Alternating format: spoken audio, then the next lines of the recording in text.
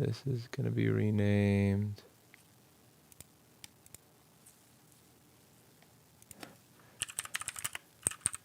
And here we go. Off and away we go. All right, folks. Hey everybody, how's it going? So today we're going to get started with yet another component level board repair.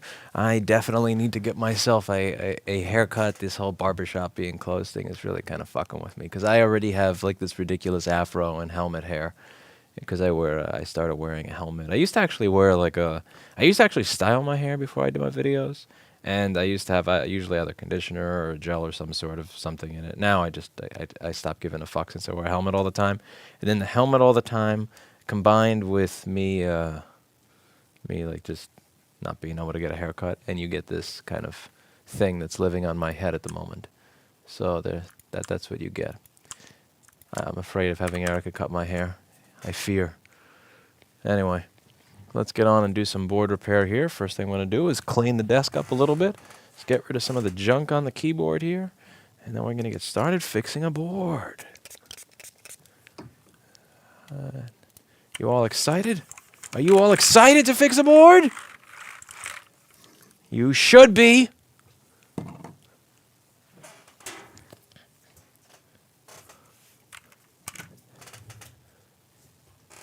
Shave it all off. Yeah, you know, it's a very tempting thing to do. Shaving the entire head is... Because hair is just annoying aggravation. See, mine doesn't actually do what I ask it to. It doesn't go in the direction that I ask it to. I did that, Darren's lab. Most things that I go to do in life, I don't do forever. You know, if you say, I'm going to travel a little bit to a mountain, doesn't mean you're going to be on that mountain till the day that you die. That's what happened. All right, clean the desk a little bit. Filthy. Desk has been made filthy by all these MacBooks. And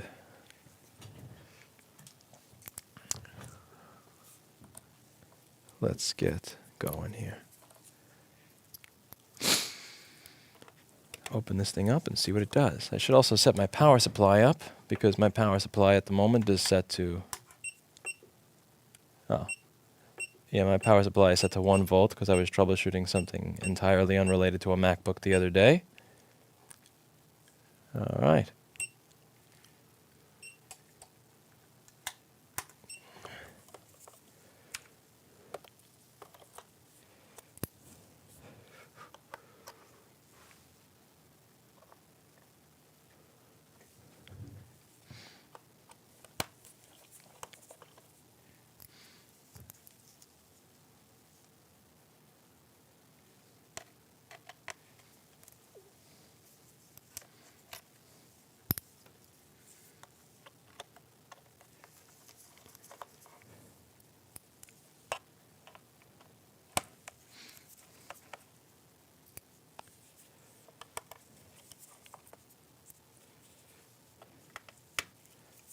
Why does Nightbot keep shilling when I don't ask him to?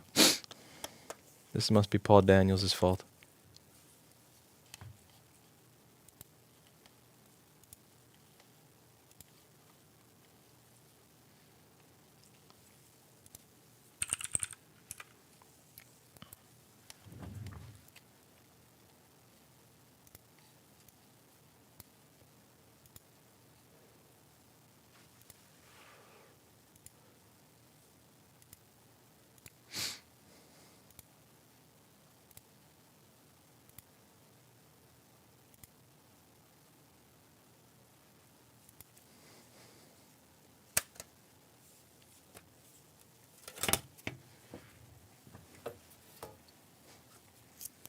It's really cold in this office. I don't have a heater in here. It's fucking freezing.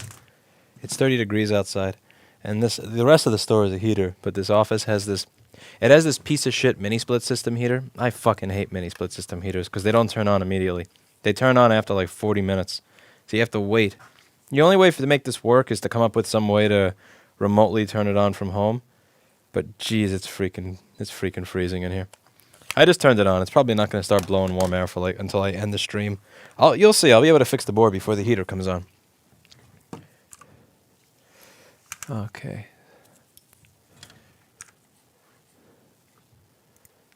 All right, everybody, are we excited? We have a MacBook here the customer says is not turning on, and we have a unique opportunity here to do something that we almost never do, which is actually fix the MacBook.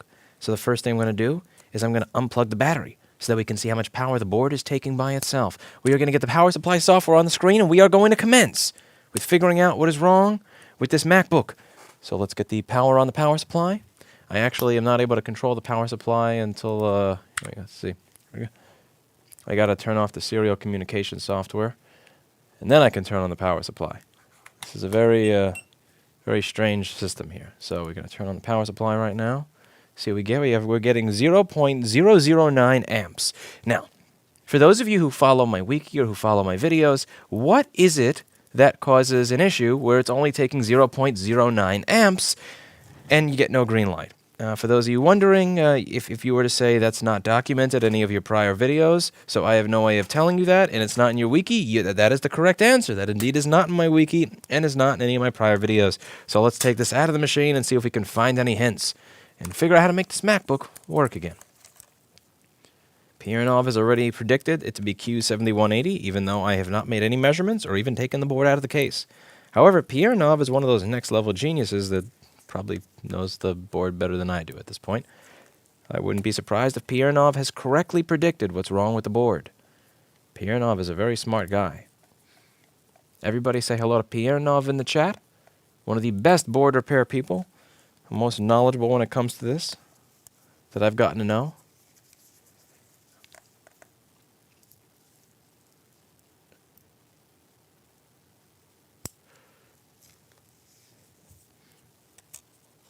I'm fine. I'm just the only, sometimes I'm a little better when people spell my name right, but for the most part, I'm doing fine.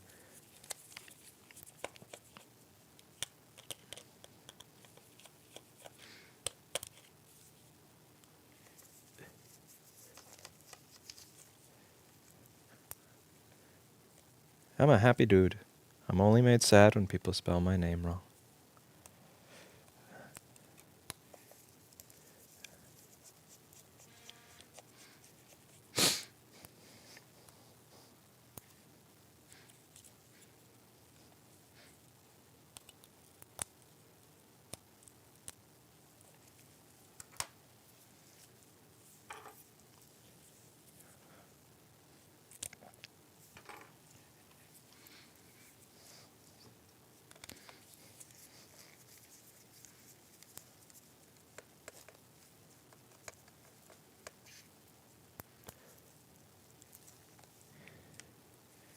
I do that on YouTube, Ted. I upload stuff when I want to upload stuff. I've never understood the idea of why don't you start a podcast. A podcast is really just another word for a YouTube video, just without audio on another platform. You could open the YouTube video in 144p and just not watch the video and listen to it. And then you would have the podcast right there. My grandma decided my laptop is a great item to pour her water on. Yeah. That sucks. Oh, I just heard the heater turn on. Ho ho! See if we can get some heat. That would be nice to have some heat. My graphics card is 23 Celsius right now. The fans are on the lowest RPM, and I'm using it to stream this video with NVENC as I use the CPU to encode the video I'm going to edit for YouTube. But, yeah, my GPU should not be 23 Celsius with the fan all the way down. That means it's cold in here. It's cold. Or as Erica would say, code. Erica always pronounces cold without the L, so she says code. It's kind of cute Hawaiian accent.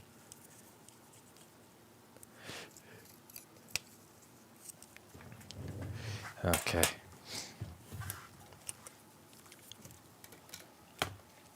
So, first thing I like to do with any of these machines, before I try to use my brain, I like to look around the board and see if I can find anything. So, can you guys find anything? Do you see anything here? Do you see anything if we were to zoom a little bit more? All right, what do you see? So first thing that I see, I don't know if you see it, over there, that looks like something. And we're going to find that something. Ah, what's that? That's a JTAG with 2 pins on the left that look a little bit more burned than the pins on the right. What can we do about that? What can we do about that? There's something we should do about that. We should investigate. And that's exactly what I'm going to do. We are going to investigate. So, let's put the microscope camera into place. Excuse me, I'm sorry about that terrible and aggravating noise that came from my nose. Got allergies. Okay, that's strange. That's a little strange over there. What is that?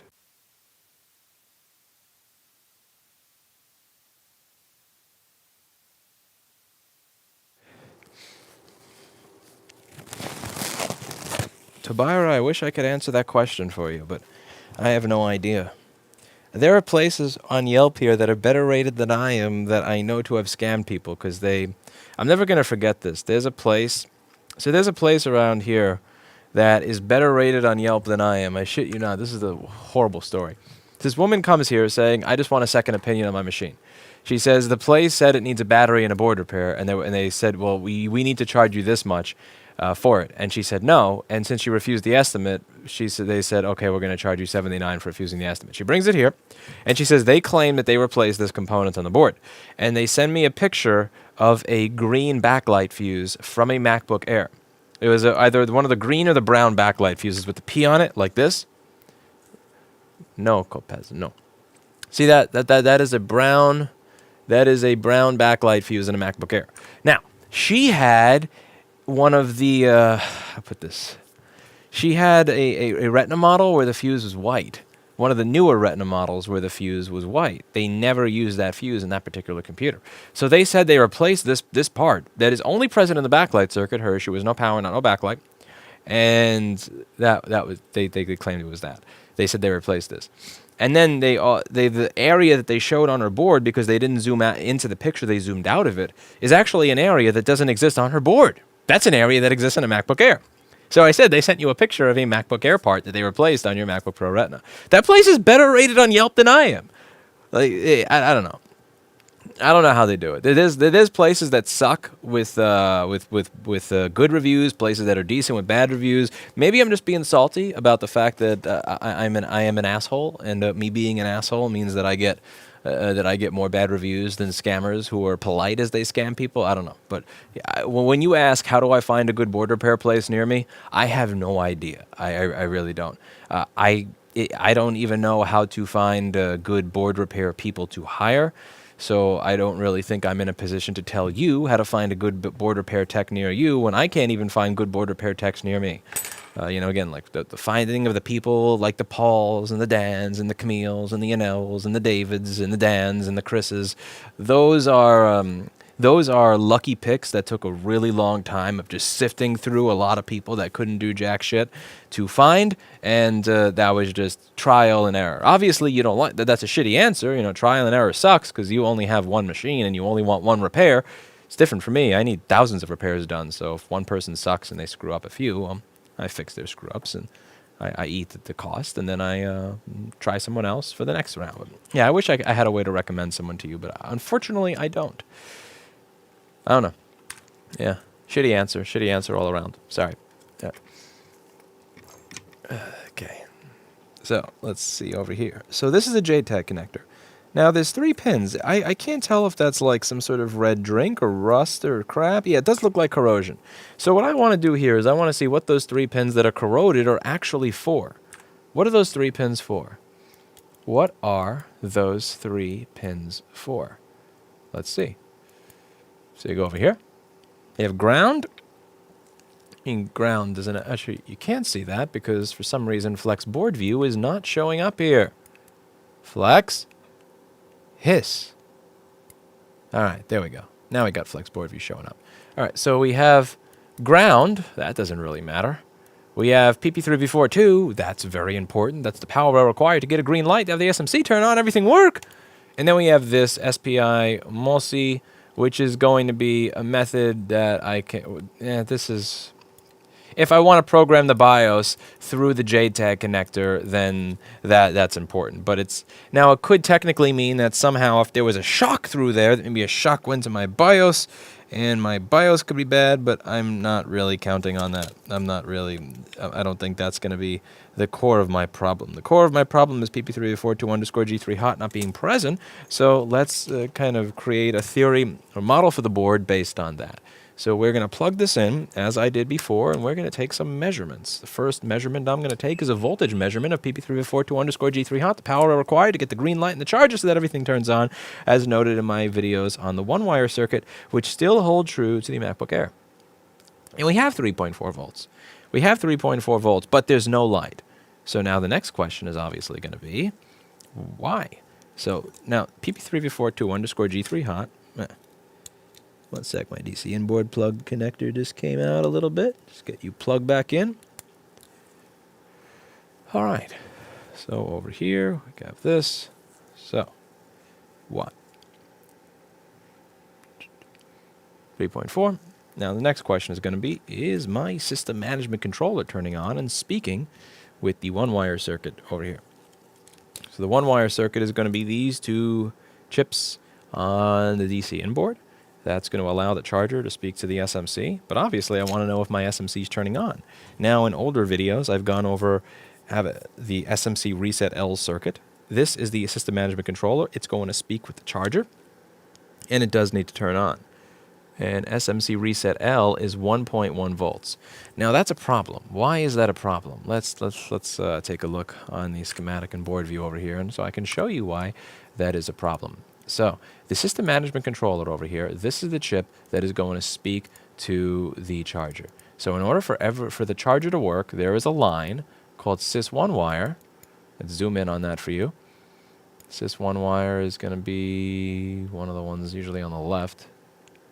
It may have been changed because this is an error.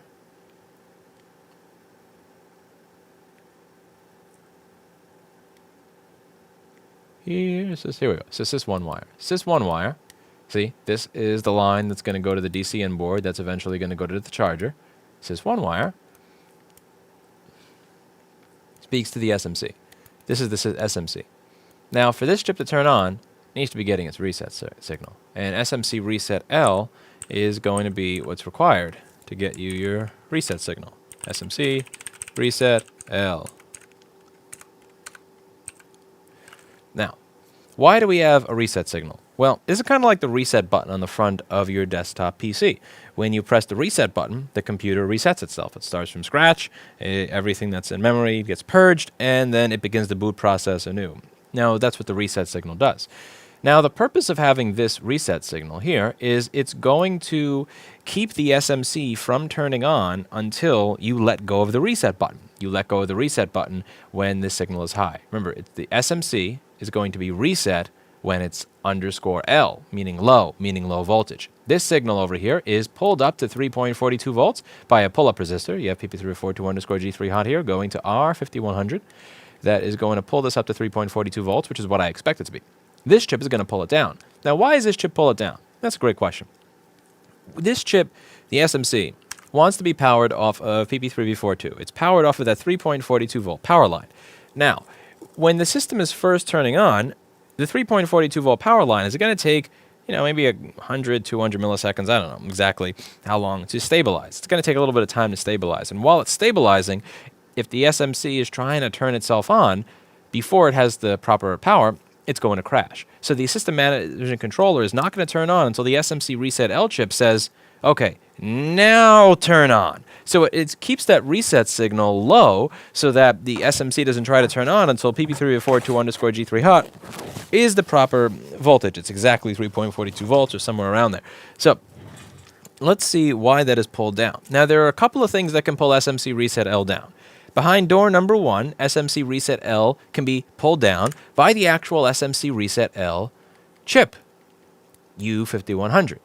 Behind door number 2, SMC Reset L can be pulled down because R5100 is corroded.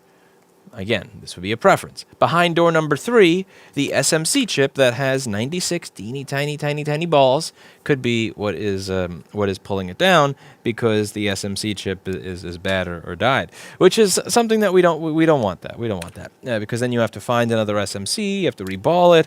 I don't even know if I have an SMC to this anymore. I don't know where my jig for it is, because I used to have a jig for this that we would kind of share amongst all the staff. And now I think that belongs to Paul or Chris or Dan and is on their desk. So so over here you can see that the SMC Reset L resistor looks beautiful. That resistor is as pretty as can be. There is nothing wrong with it. I could tell where that resistor is, by the way. Using Paul Daniels' excellent software, which is available on pldaniels.com, is life-changing if you're in this industry. You just right-click R5100. It shows you it right in the screen. If you right-click a signal, it shows you everywhere that signal shows up in the board. If you're using Landrex Testlink, get rid of that shit today. Head over to pldaniels.com and buy the board view software. It is genuinely worth it. It is amazing stuff. I am not paid to say that. I just like the software. And if any of you have used Landrex, which has not been updated since 1995, you would understand why I'm saying that. Yes, that's right. The alternative to this software is a piece of shit that has not been updated since 1995. So it's not like there's really a high bar set for the Paul Daniels software there. Now, what do you see when you look at this chip? See that? That is a chip that has seen corrosion. That is clear as day. And this is one of the things that makes it very difficult to hire board repair people or people in this industry. One of the things that makes it really hard to hire in this industry is that you need to have a certain eye for things. Because you could work all day long to try to figure shit out, but at the end of the day, what's really going to set you apart is if you can tell where corrosion is. Because if you can, then all that circuit stuff I'm telling you about, you don't really... all that knowledge, all that stuff, that's really all that stuff winds up being just kind of extra, you know? Really, what matters, what is going to change your effective rate, your rate of success in figuring out board problems, is being able to see that type of corrosion and recognize it immediately. And it's really kind of difficult to do, because sometimes it can look like dust, and sometimes it can look like something else. But as you can see on the left side of that chip, that QFN is not as pretty as other QFNs are. So if I show you another QFN on this board, you'll notice that the other QFNs are not nearly as pretty. I mean, they're more pretty. Yeah, more pretty is the word I'm looking for. So let's say we take a look at the ISL 6259 chip down here. So that is actually considerably cleaner. See? That is a pretty QFN right there. That's beautiful. That's nice. I like this QFN. That's a pretty QFN. But then when you look over here at this,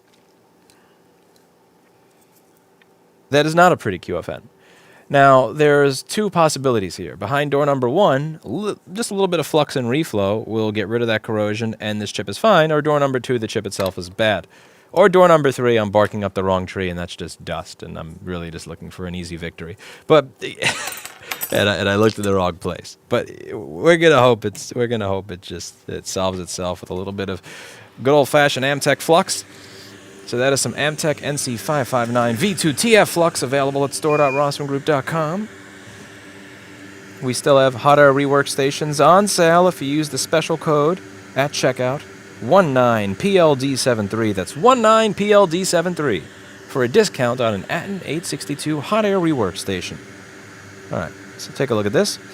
This is a T30KN tip. I have a link in the description down below. If you didn't notice, this entire video is just one long ad. One gigantic ad.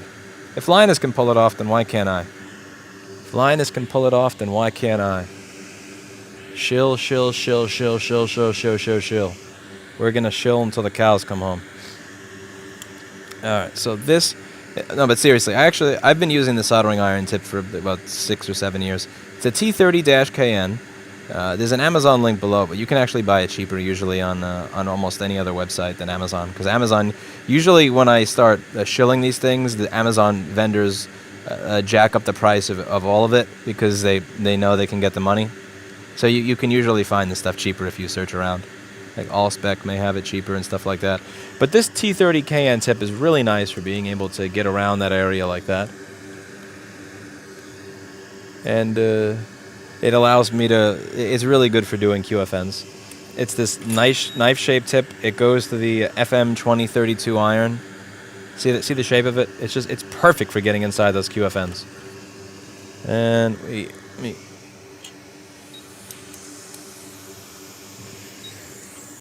you thought wrong, that dude. You thought wrong.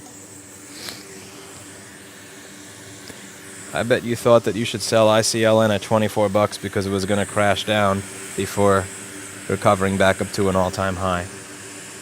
Yeah, yep. You probably thought that too, didn't you? Oh, I thought that too. I said. Okay, so do a little bit of that. Now, I'm going to see if it gives us a green light and turns on. And if it does, I'll be quite happy. Decker, you most certainly can. I have hands that shake all the time, and I still do this on a regular basis, so don't let that get you down. Okay, so we do this, and as you can see, we get a green light. Unfortunately, the green light, it's not really doing much for us because we're still stuck at 19 milliamps. Now, 19 milliamps can be indicative of a BIOS problem, or 11 milliamps. Damn. So we're going to have a little bit more work to do here. So next up is going to be just for shits and giggles, we are going to rip off this horrid JTAG connector over here. Because remember, I was talking about the BIOS area, not the BIOS area, but a JTAG connector allows you to reprogram the BIOS having what looked like rust around it, which means that something bad went there. Luckily, I don't think something too terrible could go there because the pin for the BIOS is right next to a 3.42 volt line. And most of the signaling in this machine is done on 3.3 volts, so if 3.4 volts goes to a 3.3 volt line, it's not the end of the world. But I don't want there to be rust and shit corrosion over there. So we get rid of that JTAG connector, we toss it off the board. It is as non-essential as Andrew Cuomo is to New York City. And we are going to see if we can get this to turn on now, after removing that very non-essential piece. I'm kind of thinking every time I remove a non-essential piece of the board of calling it a Cuomo.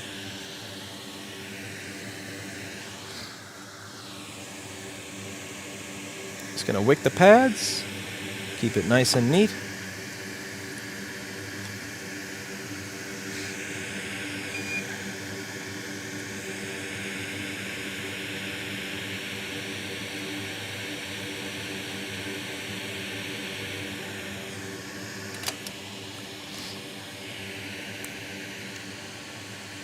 And after removing the JTAG connector, you may notice that we have fan spin. Look at that. That is fan spin. That's right. I just applauded myself. What a piece of shit I am. This JTAG connector can often keep the board from working. And it's something that I made sure to mention in the wiki, just for anybody who's ever curious. And I am, just to be clear, I'm going to be doing a lot less of the board repair videos because nobody watches them, like literally nobody watches them, and a lot more focus on the wiki site here. So I like doing these board repair videos as a way of teaching people how to get into doing this stuff, since a lot of this instructional content wasn't around when I started, and it would have made my life a lot easier. And what I've realized is A, I've already done a bunch of them, and B, nobody watches them. So I have been focusing much more on my wiki, which is here to try and make it easier for you to figure out how to do this stuff. But it makes it so that you can find the stuff on your own.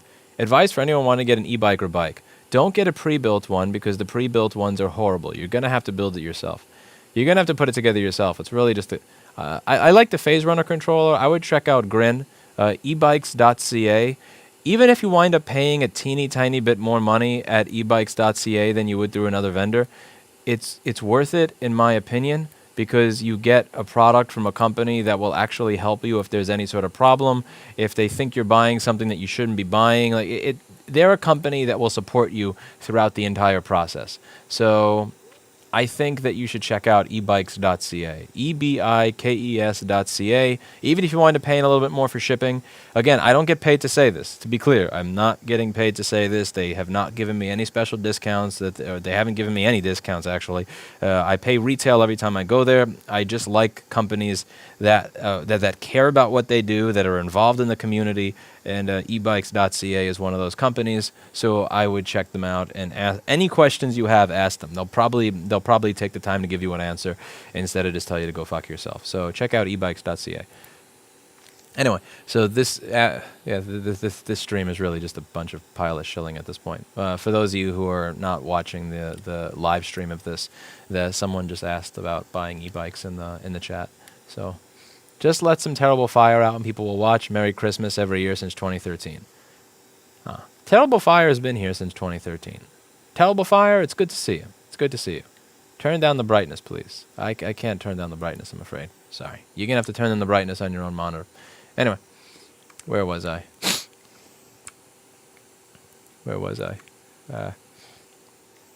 Yeah, so this is the wiki. This is where I'm putting most of my focus. Excuse me. This is the wiki. This is where I am putting most of my focus. So if you wanted to learn about this on this particular model, 13-inch, 2015, 2016, A1466, there is one section of the wiki where it says, any board level issue at all, look at J6100 and feel guilt-free in killing it. See that right there? Any board level issue at all, look at J6100 and feel guilt-free in killing it. So there were two issues here. The first was we did not have a green light. So let's just scroll up to that. No green or orange light in the charger. SMC reset L low due to bad SMC. SMC reset L corroded low due to bad R5115 or bad U5100. So bad U5100. So if you wanted to solve this board level problem, rather than having to go through a list of 600 or 700 videos and listen to my voice throughout the entire thing, which is highly aggravating, what you'll be able to do in the future is go to this wiki and find all of it. So pretty much any piece of information that is inside the head of myself or one of my employees is going here. We have an internal company chat where I am getting everybody who works here, every time they fix a board, every time they think of something, they put it in there and they log it in a particular format that makes it easy for me to post it here. The idea is all of the institutional knowledge of Rossmann Repair Group should at some point be here and be made public. It should not be stuck in our brains. It should be here for all of you to see. I'm working on this just because, as I said, the board repair videos, I'm honestly starting to get bored of doing them. B, most of you are bored of watching them on a channel with 1.3 million subscribers. They get 8,000 views. And C, I think this is a far more, how do I put this? I think this is a far more easier to access, easier to index than just me saying, here are 600 videos, some of which are 30 to 50 minutes long, have fun. That's a way to get introduced to it, but this is also a way, it's kind of like a more flashcard, more cheat sheet way to get into the concept of board repair and learn everything, and hopefully this helps you all out. That's about it for today, and as always, I hope you learned something. I'm going to finish this board repair up, and we'll see you later. And hopefully that helps you over here. And what I'm trying to add to this, when I see little pieces of corrosion, I'm not just trying to give you I'm not just trying to show you up here when it's taking this many amps, so you have this problem, check this area. I really want to teach you all how to be able to tell when something is corroded or when you should care. So over here, I'm trying to teach you, here is when you should not care about a probe point, here is where it doesn't really matter, but like here's a probe point that conducts but'll die. Here's a probe point that's perfect. Here's one that's just genuinely bad. This is not conducting and this is not passing anything at all. Here is a probe point that looks bad, but actually is conducting. Here's a probe point that looks better, but is actually conducting less. Like I'm trying to get you to, when you see a board, see the same things that I see, because all of the electronics knowledge and all of the stuff on, here's what this signal means, and here's how a buck converter works, and this, that, and the other. Honestly, doing this type of work is less valuable than just the ability to see with your eyes what's going on. So, for instance, here is corrosion under a BGA package. This was an SMC that was actually missing balls. Someone here was not able to see it. And, you know, so every time someone here is not able to see something that I can see, I'm adding it to this because I don't want, I want like Ross Vision to not be just a, you know, a patented product of a patented proprietary product of Rossman Repair Group. I want Ross Vision to be something that everybody can develop. Ross Vision. I can't believe I just named some after myself. That's a egomaniacal thing to do, but yeah, Ross Vision. I like it. Ross Vision. So here you have little teeny tiny bits of green growing on a chip over here. Here you've got a bad soldering job. Here you have a soldering job where it's a little bit depleted. You don't have it all done. Here you have a probe point to the other side of the board where I think PPV RTC G3 hot is going to go. That's probably going to be corroded and destroyed. Here you just have, at one point, you know, this is one of the things with on-the-job learning, by the way. So someone who had been, I did my best with on-the-job learning. After about 2 months, this got left on a board. Yeah, so for those of you who ask, why am I not exactly super excited for the concept of the hiring and on-the-job learning? It's anyway, yeah. So I really try to put as much information out as humanly possible on here so that people have as much chance to learn as humanly possible on their own from all this stuff, rather than from, you know, like when I'm paying them over.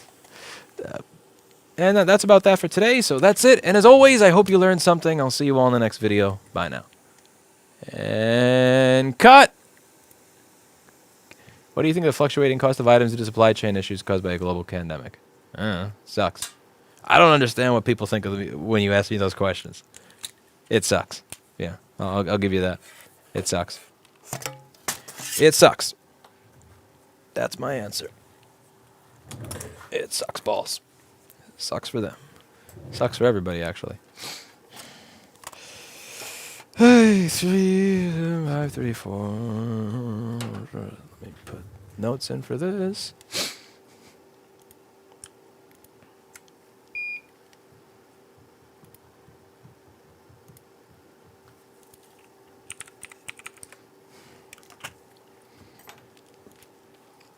Ahem.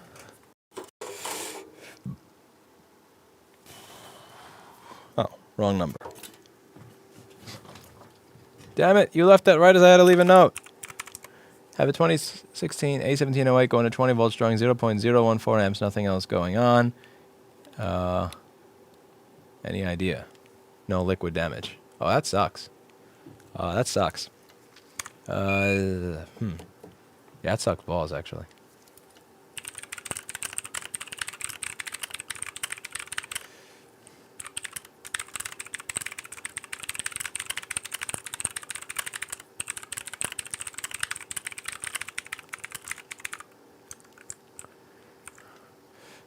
Yeah, that sucks. I have, let's see, 0.14. And there's no corrosion. Do you have PP3V3S5? Do you have PPBush-G3 hot? Do you have, I mean, have you checked anything of those there yet? One second, I'm sorry, I have to leave notes for this and I don't want to forget. Mail and logic, board repair.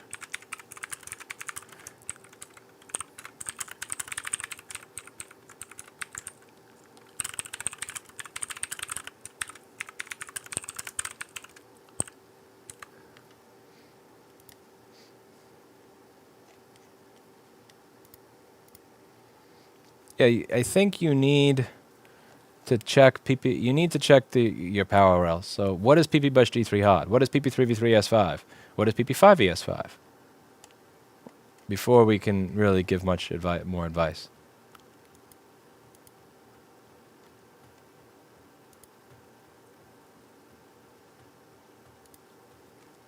Okay, who works tomorrow? So I know what status to put this in.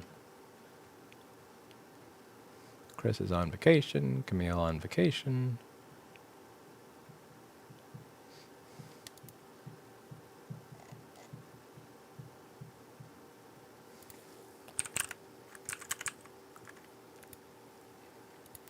Unless you want people to edit it. Huh? I don't know what that means, unless you want people to edit it. Unless you want people to edit it. I don't know what that means, I'm sorry. You pinged me with a sentence that I can't make any sense of.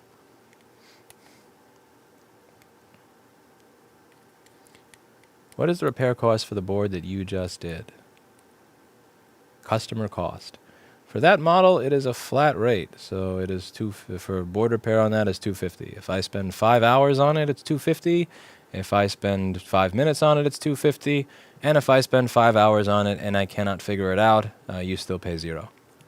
So I have found that the fluctuating model of like different prices for different problems is a clusterfuck, because in that matrix, you need to include something if you spend 5 hours on it and don't figure it out, which sadly happens here very often. So I have a flat rate system when it comes to I don't have a flat rate system for computers, but I have a flat rate system for specific jobs. So I don't have a the screen is only minorly broken or only a couple of keys don't work on the keyboard kind of thing.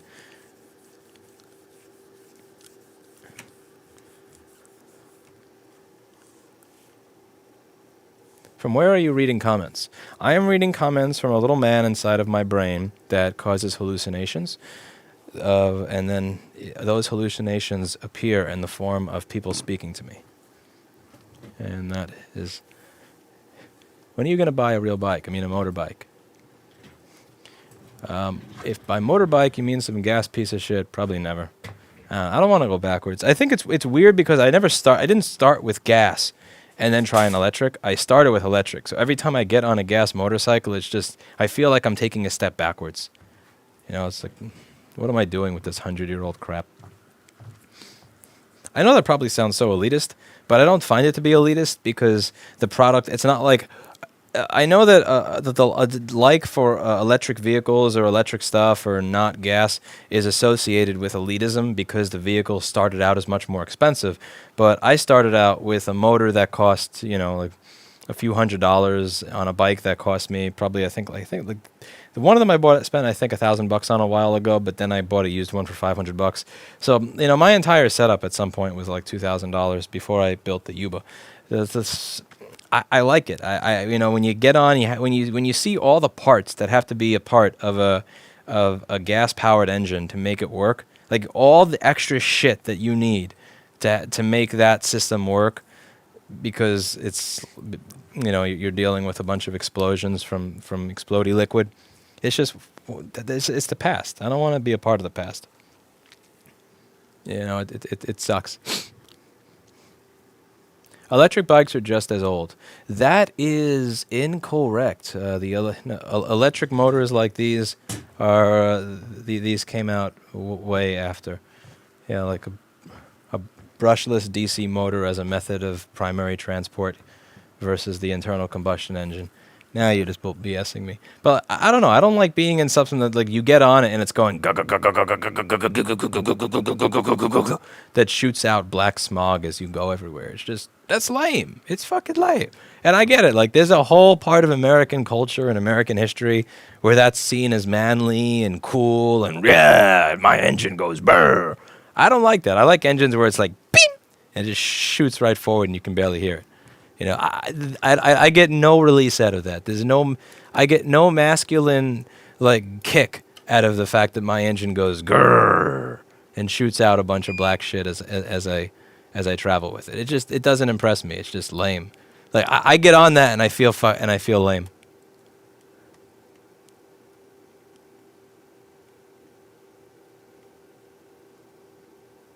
It's the past way of doing things.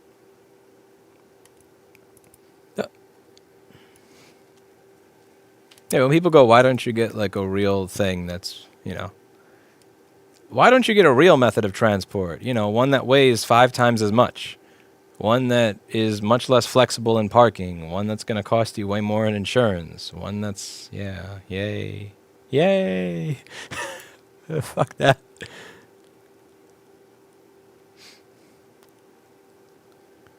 Electric shit has a long way to go to improve. Don't get it twisted. Like lithium battery technology. So they're heavy. Okay, lithium batteries are heavy. They explode. They can't be too hot. They can't be too cold. They recharge slow as shit. There's a long way to go in progress. But that progress is being made. And there are companies that... This is one stock, QS. I was thinking of buying in at 38, and I was a pussy, and now it's like up to $120. There's all this... there's all of this this innovation that's occurring there to try to make that shit better.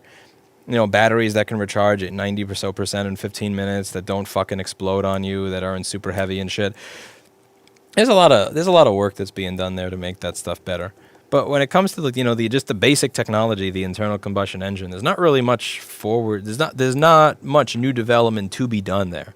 You know, it's not much development to be done there. It's kind of hit the peak. Any real development there is just going to be incremental.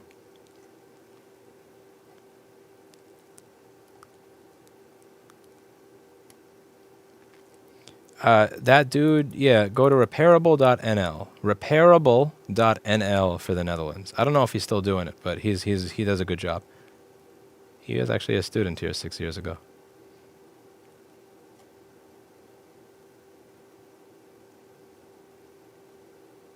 Electric Mustang doesn't sound the same. Again, yeah, I don't know. I wasn't a part of that culture.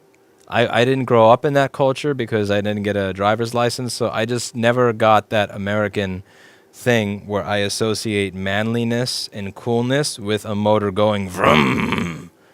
I don't know. What I find cool is when the motor makes virtually no noise and just goes bing! Like, for me, that's cool. That's cool. You know, just the immediate torque with no... Because I see the noise as weakness. Like, for your motor to go, it sounds like it's in pain. It's like... Yeah, just get out of here with that shit. Get out of here with that shit. All right. So let me grab the next ticket. I know I just, like, pissed off a bunch of people that grew up with that as part of the culture. But, oh well.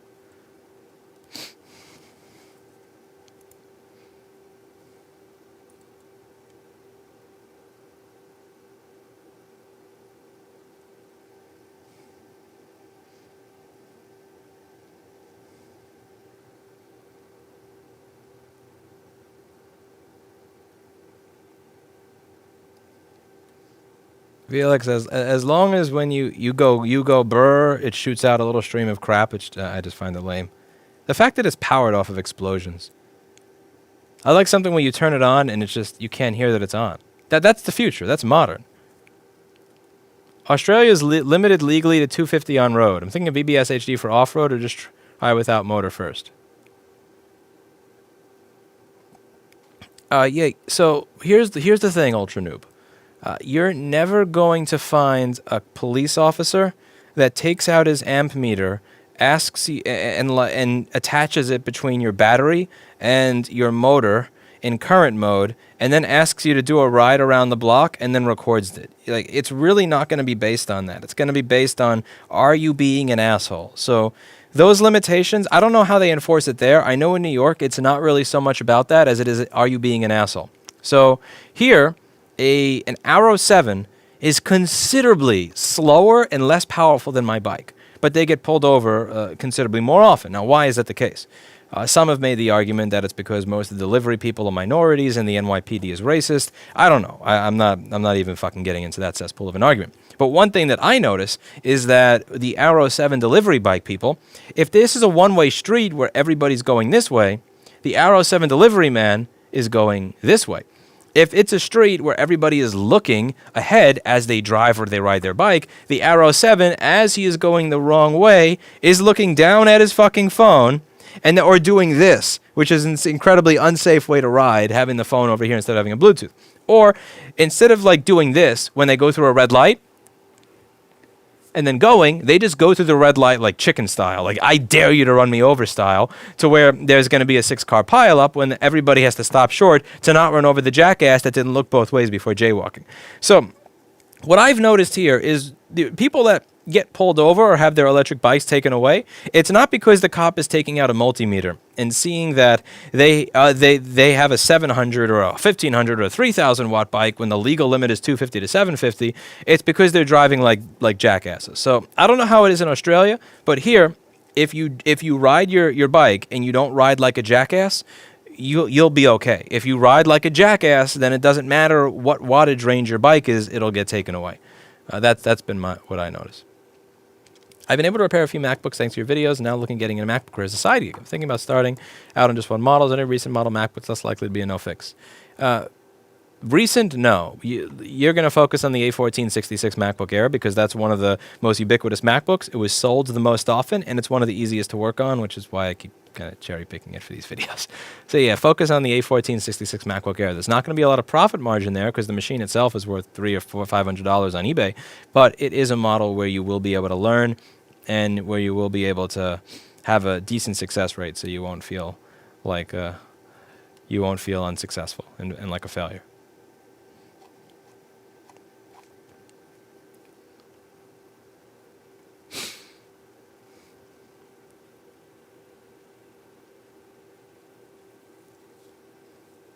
A properly tuned engine doesn't make the sound you just made. It makes that is usually after you have the muffler and all that other crap on it. But you have to, again, the whole point with the internal combustion, you have to add all of this shit to it to make it quiet because it's not naturally quiet. So you have like this, again, it's over 120-year-old technology that you have to add all this shit to make it decent. But there's new technology where you just don't have to do all that shit to it to make it decent. You know, we were very stuck on the idea of continuing to just grab as much blood out of the stone of internal combustion as humanly possible.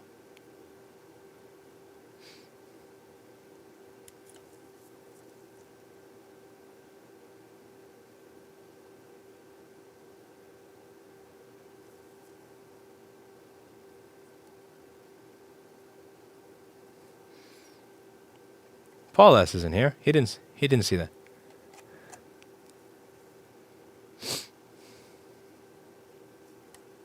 How are you doing, Chris? Hope you're having a good day.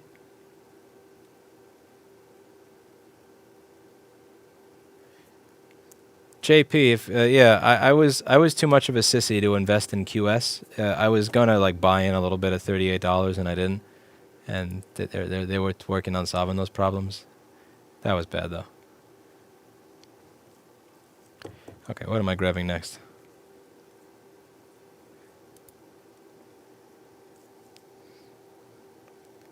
Getting all those parts to work in harmony is a challenge.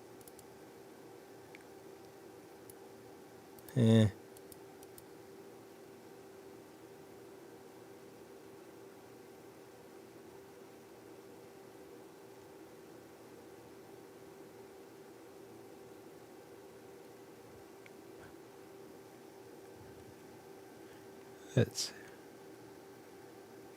E19.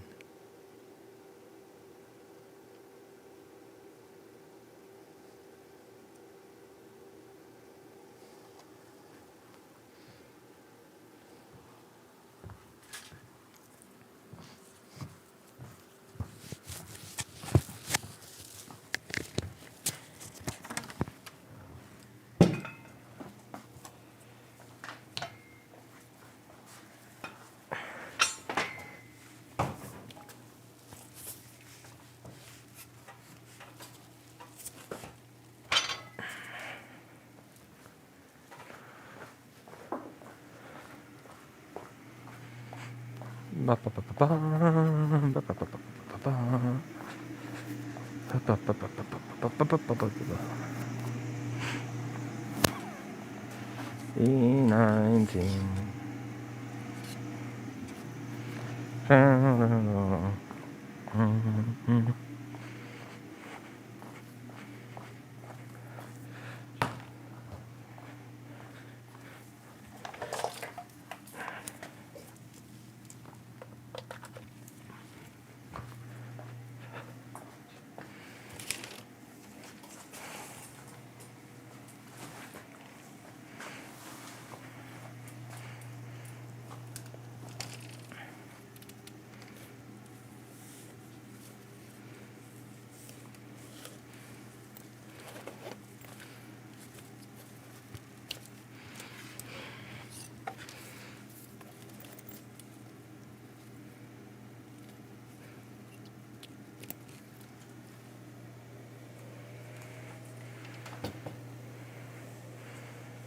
I promise this won't explode, David.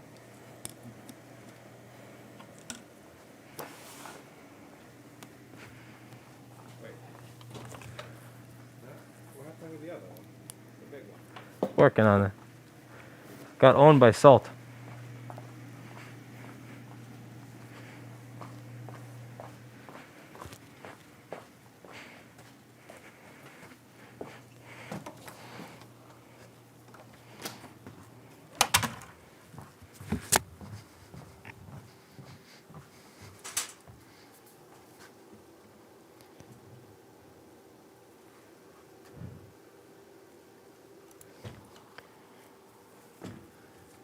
Felix, don't buy unit pack power. That wasn't powered by explosions. The explosion is powered by the bike. See, that's the other way around. You're incorrect there. The bike was not powered off of the explosion. The explosion was powered off of the bike.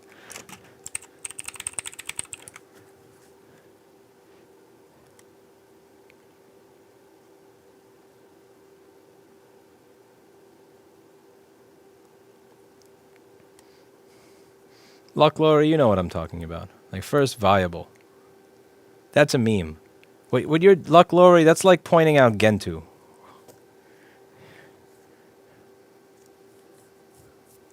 That's not a car, that's a meme.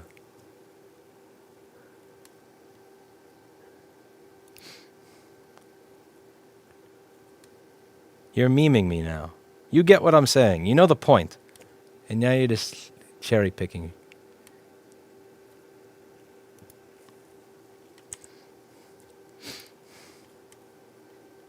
Max speed of 14 miles an hour. Get meme.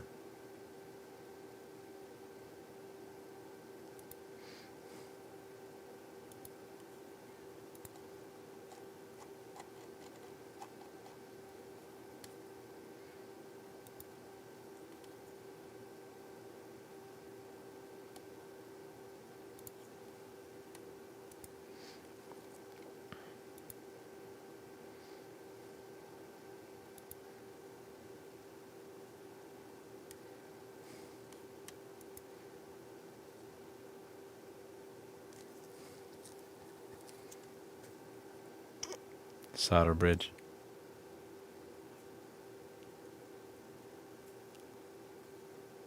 Does Lewis ever show boobs on here? Nope. Richard Smith, no, they never did. But I filed the chargeback on them, so I got my money back for the battery. However, the thousands of dollars of my crap that was destroyed is just, yeah, I just gotta live with that. Are you interested in e-bikes because you enjoy building and playing with them, or for economical, environmental reasons? Honestly, neither. I really just want a way to get home and not have to take the train. So in New York City, if you want to get home, you can either purchase a car. That's hell on earth. It's going to take 45 minutes to park. Just to find a parking space is 45 minutes both ways. That's a horrible, horrible experience. So I don't want to deal with that horrible experience. So yeah, I don't want to fuck with that at all. So what I prefer to do is, instead of buy a car, you could take the train, but the trains suck. They've been getting progressively worse as time goes on. You're stuck in a train car with 80 or 90 other people, which is absolutely horrible. It's a miserable experience. If you just take a look, just Google something like Chambers Street train station. So this is one of the most economically wealthy areas of New York City. Just Google Chambers Street train station. Google image search that shit. That's what one of the most wealthy areas of New York City's train system looks like. Imagine what the rest of it looks like. It's very depressing. And also, sometimes it's fast. Sometimes I can get home in a half hour. Sometimes it takes a few hours. Sometimes you'll get stuck between the stops, and it's horrible. You could walk, but I don't feel like walking 5-10 miles back and forth every day to go to work. Bike is a good way to do it, but then you sweat in the summer, and again, maybe 35, 45-minute trip. Electric bike, I could ride in the street with the cars, but when there's some stupid-ass traffic that causes a delay for half an hour, I get to do this. Watch this. The stupid-ass traffic. Dude. And I get to keep going while everybody's sitting there, honk, honk, honk. Why is that? And then I get to go to the front of the line, and then I get to find out that some alcoholic or some jackass has fallen asleep in his car. And it's like that one person, like there are thousands of people that may be kept from getting where they want to go because of one jackass. But because my bike is this thin, is not a stupid thick car, I can just go around it. I really do think, for at least for cities, cars are an incredibly inefficient way to get around. You have this 3,000-pound tank that takes up an entire lane, and if there's anything in front of you, any obstacle whatsoever, you're just stuck. What, you just have to stay there? That's crazy. That's insanity. I'd rather be on my little bike so that that can go, at least for city purposes, as fast as the car is going to go. Again, I'm not going to take that bike on a highway because I can't go 70 or 60 miles an hour on that bike. Probably 50, but not 70 or 80. I get my ass kicked. But in the city, I can pretty much go as fast as a car in it. I can accelerate as fast as the car is going to accelerate for the most part, or as fast as is acceptable. So I can get, from the old store, one time I was able to get home in 11 minutes and 10 seconds. 11 minutes and 10 seconds. That was an all-time record. Usually I take 15 minutes, drive a little bit more safely. From this place, maybe sometimes, I think 20 minutes was the record, somewhere around 20 minutes or so. It's a much faster way to get home. That's why I use it. In terms of enjoying building them, in the beginning, I had fun enjoying building them. Now I don't have fun enjoying building them because I wind up building them and fucking with them at the expense of everything else that I need to do with my life. So I'm not really super excited about the building process of them anymore. I have other stuff I want to do, and when I'm done with that stuff, honestly, I'm at a point in my life where I just kind of want to play a video game rather than mess with it. But yeah, it's not really the environmental it wasn't an environmental thing to me. It was just I really like a way to get home in 20 minutes rather than an hour, and I really like to avoid the hell of the train system and traffic, and also save money. Because again, that whole system where if I have a car, I have to spend 30 minutes looking for a parking space here, 30 minutes looking for a parking space at home, and take an hour to get home instead of 20 minutes. For the privilege of dealing with all that, I get to pay more money. Because a car is going to cost me, I don't know, like what, $10,000, $20,000, $30,000, plus insurance, plus all the maintenance and the other horse crap. It's like, you get this, like a few $1,000, that's it. Total cost. So that's about why I got it. Now, the environmental benefit just so happens to be an additional good thing. Again, this is where everybody's going to say, what a hippie, elitist, whatever you are. Again, if I can get home on something that does not emit a little puff of smoke as I go that fucks up the earth, then, why not? It just seems wasteful to do that, if I don't have to do that. Yeah, I don't have... I don't wear like T-shirts about saving the earth and saving the environment. I'm not Greta Thunberg or anything, but it's just I don't see there being any benefit to me riding there on something that's going to go puff, puff, puff, puff, puff. Now, granted, the argument could be made that the energy that's being used to power that bicycle is still coming from an oil plant or a coal plant or something like that. However, A, doesn't have to be. That can always be changed in the future. And B, even if it is, that bike I'm using, I'm getting home with 80 watt hours, I'm using 80 watt hours to get home. If I were going to purchase a genuine motorcycle, or if I was going to purchase an actual car, I'm not using the equivalent of 80 watt hours in energy to go home. I'm going to be using way more because I'm carrying a beast home rather than carrying my teeny tiny bike home. So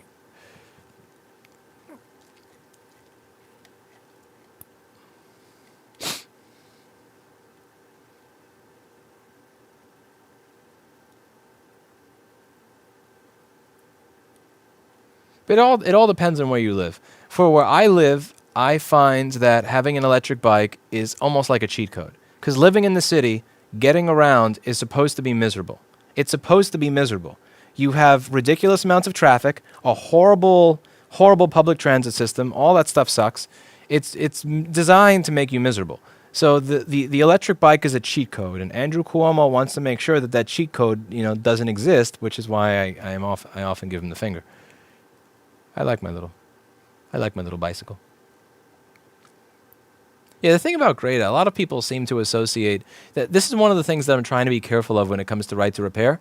What they do is they associate, there's a personality associated with the movement, and then people start deciding whether or not they agree with the ideas of the movement based on whether they agree, whether they like the personality whose face is attached to the movement. I'm trying to be really careful of that, because with right to repair in particular, I'm a highly unlikable person.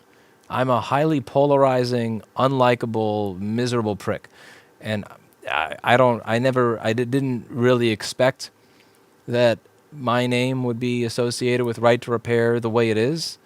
I'm not happy with the fact that it's associated with right to repair the way it is, but it is. So I have to be careful to not become the Greta Thunberg of right to repair. Because the thing is, a lot of the stuff that Greta advocates for, I kind of think I advocate for the same shit. It's just she's such the way that she advocates for it, she winds up coming off like such a miserable bitch that people are immediately taken aback. And it's kind of the same here. Like, I come off as such a miserable cunt in so many ways that there are people that probably would be a fan of right to repair that say, fuck right to repair because that Rossman guy is the one advocating for it. So it's one of those things you got to be careful about when it comes to activism. Very careful. And I was not careful about that. Because then you wind up getting the culture war, anti-repair backlash. All right, so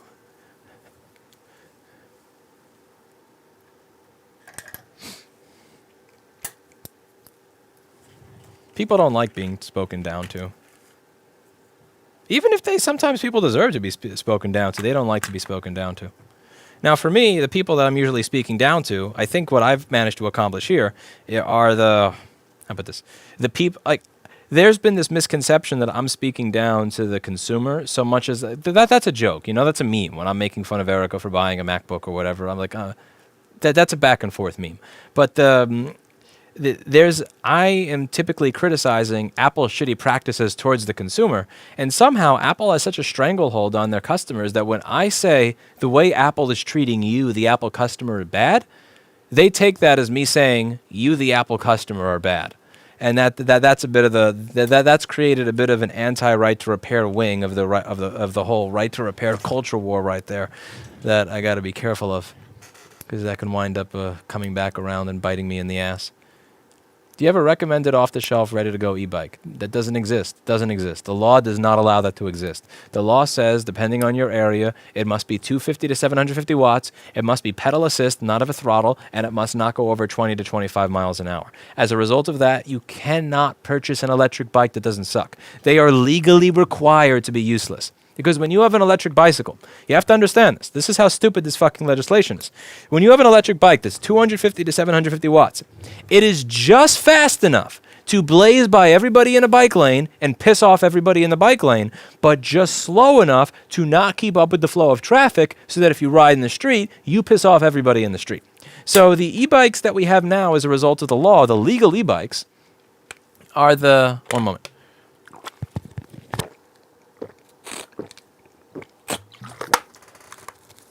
The legal electric bicycles that are available are the worst compromise that suck to everybody. Because if you talk to your average biker, they don't want to be in a bike lane with a bunch of people speeding past them at 20 or 25 miles an hour because of their electric bike. That's annoying.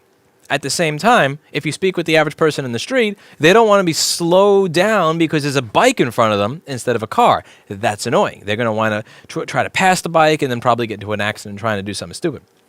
What you want is an electric bike where you can pedal if you want and ride at a normal speed like everybody else in the bike lane.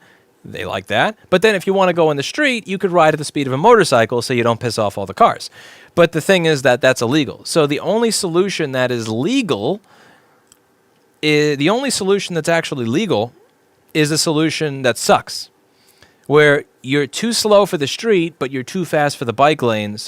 And those bikes are incredibly expensive. Those bikes are horribly expensive. They're like $4,000, $6,000, $7,000, and they suck. They suck. They're horrible. Again, even, people can make fun of the fact that my bike may not have the prettiest wiring and all that or whatever, or, it may not look as nice as the pre-made ones. Those pre-made bikes suck balls. Like, they really suck. They're slow. they often don't even have a front suspension, so you go over a bump at 23 miles an hour and you're not having kids anymore. They suck. They're horrible. They're absolutely horrible. I hate them. I hate them so much. I shouldn't say hate. I intensely dislike them. What about mid to long range transportation? You know what I'd actually like to do, just as an experiment? What I'd like to do as an experiment is see if I can travel from here to Brookfield, Wisconsin on my electric one. The one thing that I'm concerned with would hotels allow me to take my bike into my room with me? I'm not sure if the hotels would allow me to take the bike into the room with me. Maybe they would because they'd be so desperate for business nowadays. If obviously I'd want to clean it up. I'm going to clean off the wheels and everything with a wet wipe or something before I bring it in. But I'd like to take a short vacation and just see. I'll travel in, let's say, 150 mile or 200 mile blocks and then stay at a hotel. Travel all day, stay at a hotel. I would want to record the entire thing and see, can I actually make it to Wisconsin on an electric bike? I think that would be cool. There's this one guy that actually took a city bike with no power. He did, just pedaling himself and went to California with it. He wound up having to pay, I think, a $1,500 fine for returning it late. But it was worth it for the fun, for the lulz. But I kind of want to see if I could make it from here to Brookfield or something on a bicycle.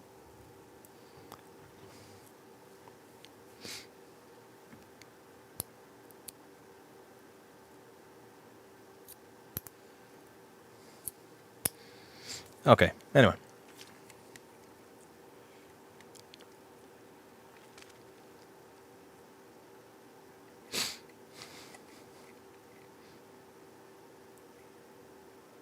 Fix the MacBook man. Ignore the people talking about the bicycles.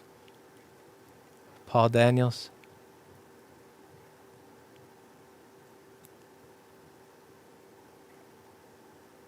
I think I've made Paul Daniels mad. I spent 4 years making fun of Paul Daniels' programming, and the one thing I had to do to make him mad was switch off of Linux and talk about electric bicycles. All right. 1, 2, 3! Hey everybody, how's it going? So today we're going to get started on an A1707 MacBook Pro that's not turning on. Let's open this thing up and see if we can make it work again. If we can make this thing work again, I'll be quite happy.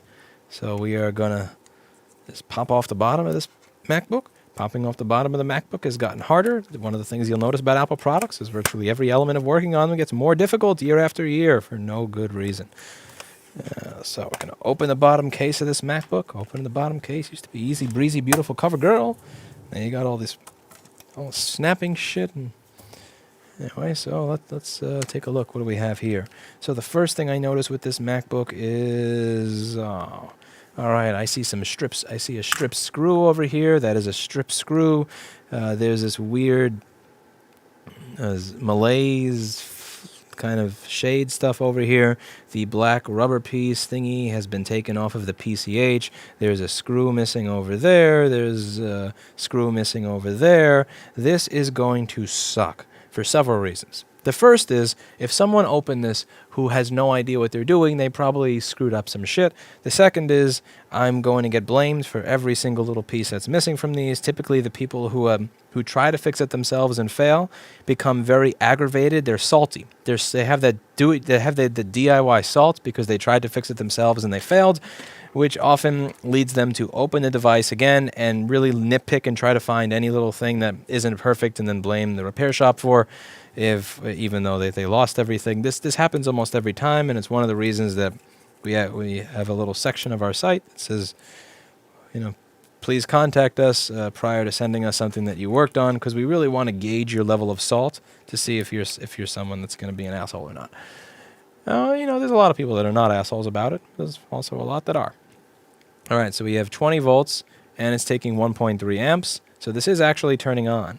The customer says that it is not turning on, which probably means... Okay, then.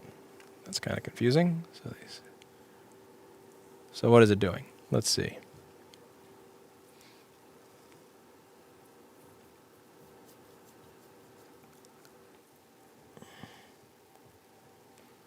Maybe he means it just doesn't have a light on the screen or something. Thanks for the latest bike ride and BBS HD video. I enjoyed them. Thank you very much, Mario. Sorry for the fact that I had the camera pointing at the ground the whole time.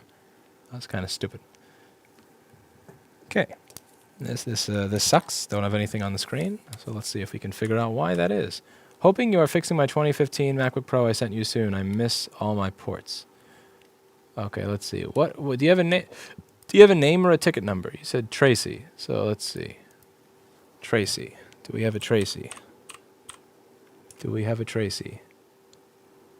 I have one Tracy that created a lead on the 9th of December. But I don't know if this is you, because looks like we're waiting for your machine.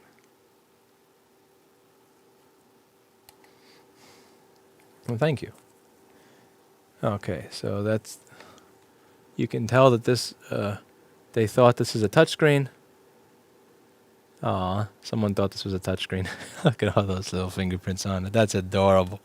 I always find it incredibly endearing and cute when people think that their MacBook is a touchscreen. Like that's so cute. That is so cute. Even when my ThinkPad gets dirty because of travel and everything, my screen is typically spotless because I don't touch it. All right, just a couple of places to look. Let's see, what do we have on backlight? Thanks for your Dota videos. Thank you, Alpha. All right, so we have 0 there. No backlight. I wonder if this is a MUX issue. This could be a MUX issue, where the MUX got killed because of a corroded display connector or something. All right, I'm not very excited about this one, so my incentive is kind of down in the dumps here. Touchscreen laptops are an abomination. In some ways they are.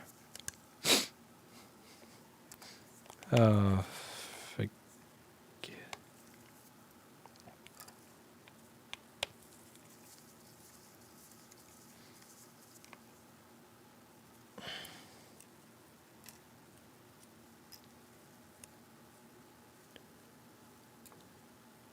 Screen is not corroded. Screen cable not corroded. No image. I'm not liking this. I'm not liking this one bit. I don't like where this is going.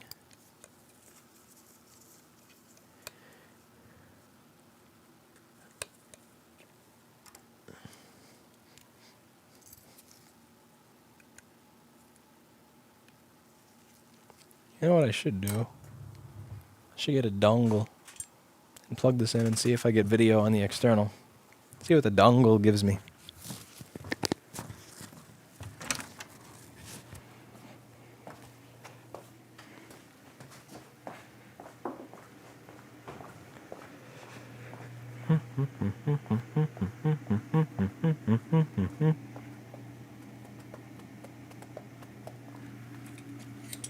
Kitty cat, kitty cat. Blackberry the kitten. Blackberry goes meow meow. Blackberry the kitten goes meow meow. Meow meow. Meow meow. Blackberry the kitten goes meow meow. Meow meow. Meow meow. Blackberry goes meow meow. Meow meow. Meow meow.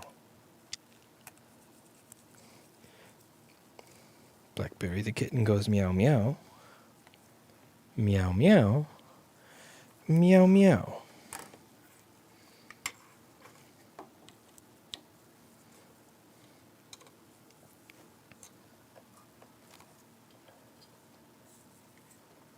Alright, we're going to plug in an HDMI to USB-C dongle, and we're going to see if we get anything on the screen.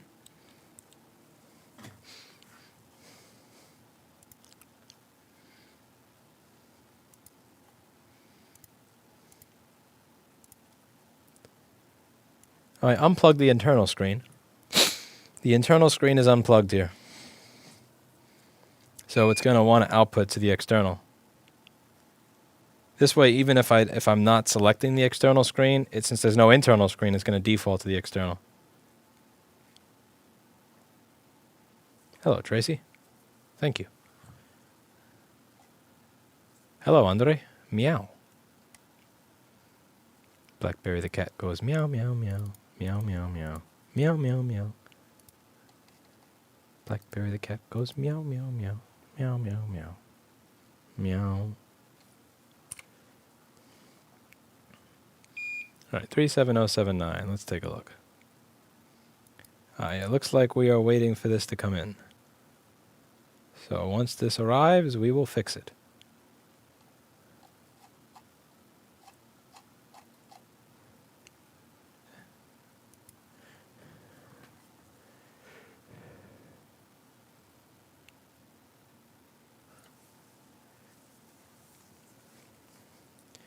No, just some funds. All right. So this isn't giving an image on external or internal. Ooh, that sucks. No image on external or internal. I'm not sure if the mux being bad would screw with the the external as well as the internal. All right. So let's take this thing apart.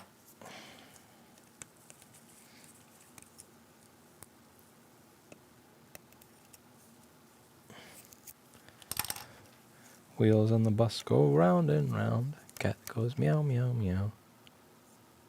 I took a look, John. Still waiting for it to arrive. Once it arrives, we can try and fix it.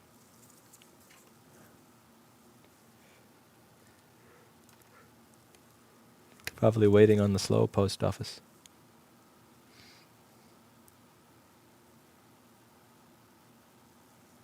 Tracy, I appreciate the $1. Unfortunately, until your machine arrives, I won't be able to fix it.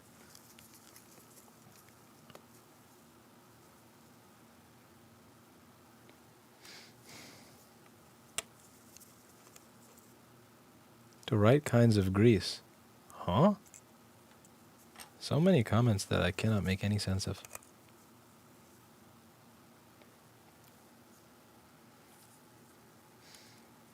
No torn ribbon cable would cause us to have no image on external and internal.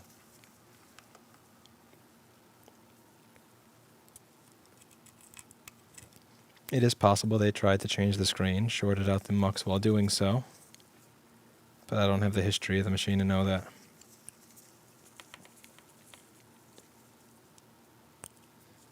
What I'm really hoping for here is for there to be an obvious hint. Tracy, I appreciate you making it rain, but it said it's been delivered. Maybe it's in a stack somewhere. Well, let's see. It's possible that it hasn't been checked in yet. When my shipping person does not work here on the weekends. He's here on Monday to Friday. Let's see.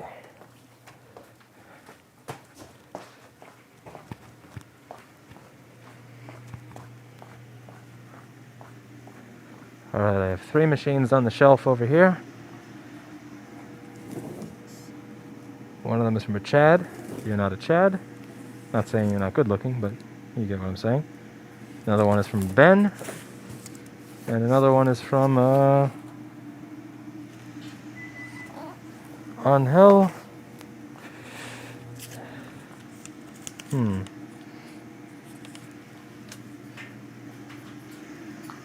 Okay, this is going to be a fun thing for customer service on Monday. So this is where I ask you for the tracking number. Did you include the number in the box? All that good stuff. And hey.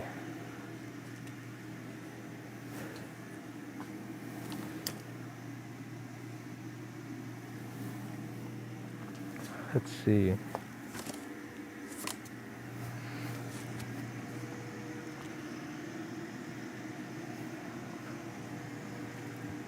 Dan has a section for machines where there's no number in the box, but Dan is not here today.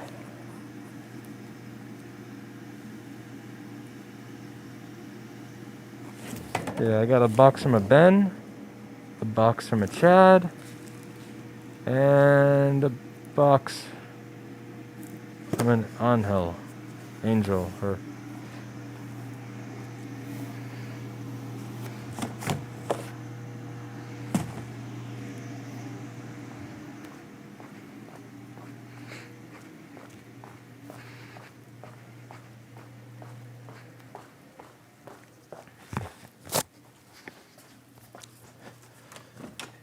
So I will... Yep, I have a box from a Ben, a Chad, and an Angel. But I don't have yours checked in yet. If you have a tracking number, I can see if it's on its way or something. Let's see, where's the microscope camera? Thank you. Let's see.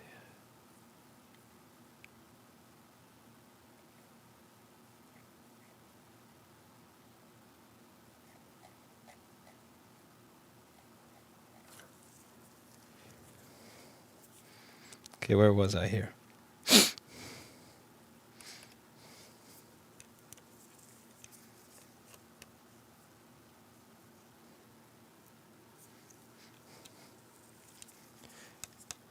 Email repairhelp@rossmangroup.com with your ticket number and your tracking number, and I will have Dan investigate tomorrow when he comes in. He is the shipping clerk and shipping manager. But this is not checked in yet, and I don't have a box outside with your name on it in the incoming shelf.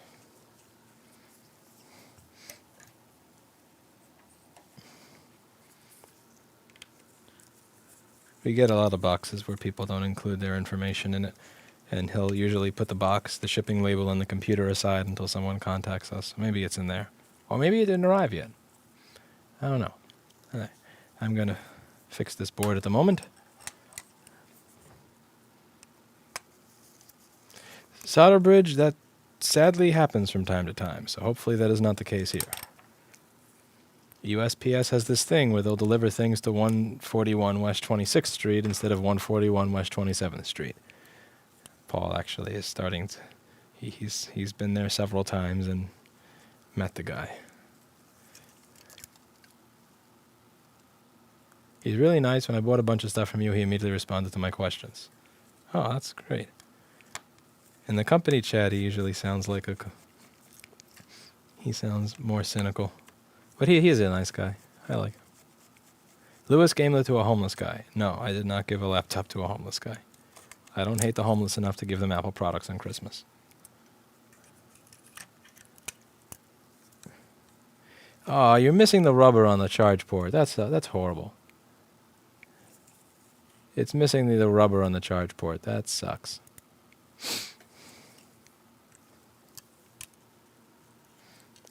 They lost everything on here.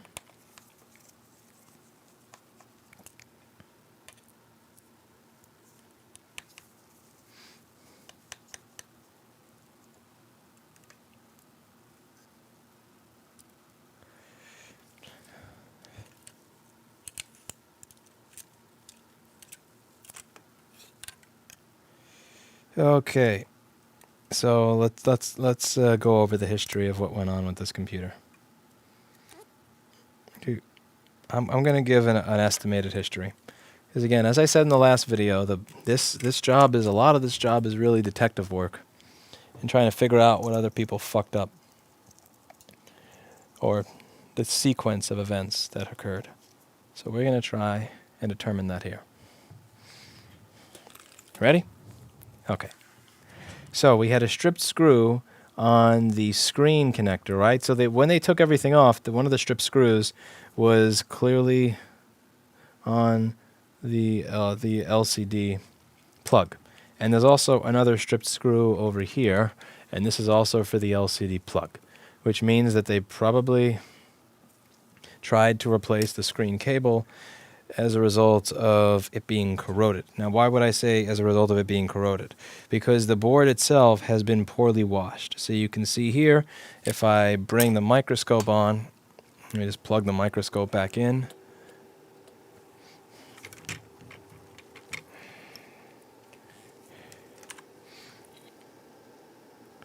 You can see that this was put through a low-quality cleaner and a low-quality cleaning fluid that, instead of cleaning, really just kind of spread shit all over the board. Thank you, Chet Power. I really appreciate that. Thank you very much. So you can see that there's some sort of really low-quality cleaning attempt happened here, because it didn't really actually clean. It just kind of spread crap all over the board. So there's this like layer of stuff that's everywhere. It is, and and this is annoying because it's honestly hard to tell what is actual corrosion. I really can't tell what is corrosion and what is just randomly spread around junk by someone putting, I don't know, sparkling soap in their ultrasonic cleaner. Like, this is horrible. Is that corrosion or is that, it's hard to tell. So remember the stuff that was in the, remember the stuff that I showed you on the previous board that I worked on? On this machine, that stuff is actually everywhere now. That's literally everywhere. This entire board needs its connections redone in some way, shape, or form. Either way, my guess is on the effect the mux blew out.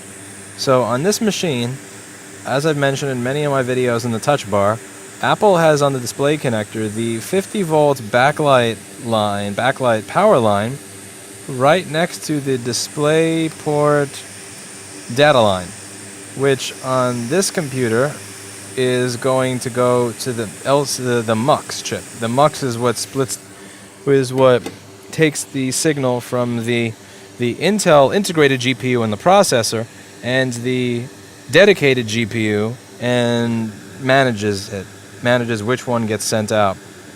So as you can see, no screw was left unstripped on this computer. Thank you, Tracy. No screw was left unstripped on this computer. They made sure to strip the fuck out of every last screw that they could before sending it here. Which is sad, because this is a repair shop that did this. That I'm confident is going to try to find some cockamamie way to blame us for all this when we send it back.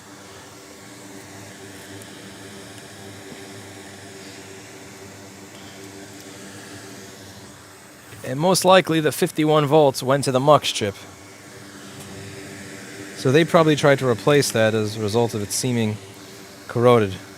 So I'm going to replace the LCD MUX chip. Now I'm going to send a text message to Paul because I honestly don't know where he hides them.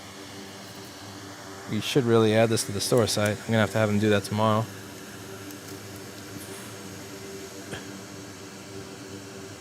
I don't, Alec. I don't. People send them in without asking me. I would have most certainly said no to this piece of shit. I would have said no to this. I have no interest in reverse engineering this crap. Look at this. There's like little bits of corrosion everywhere. I don't know what type of cleaning this place did, but this is horrible. This is horrid shit right here.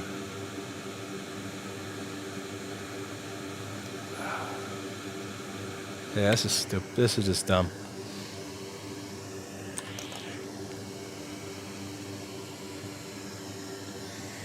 You go to hell and you die, Paul Daniels.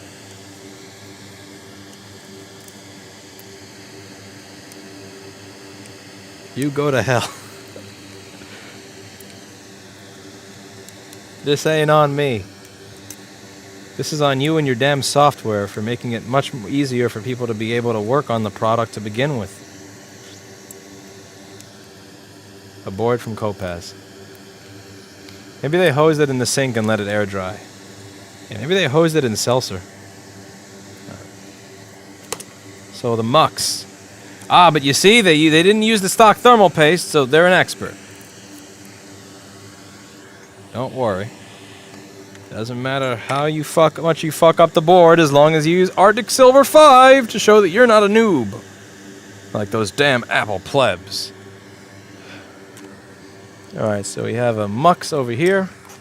I'm going to send Paul S. a text message asking where he keeps the MUX chips, and hopefully he gets back to me before I take this one off.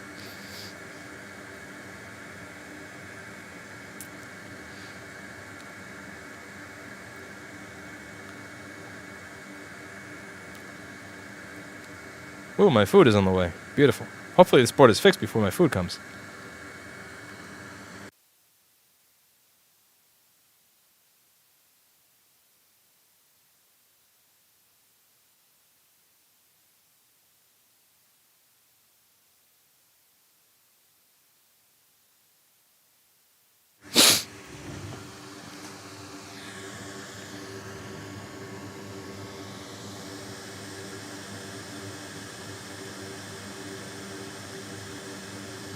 Alright, a little bit of flux.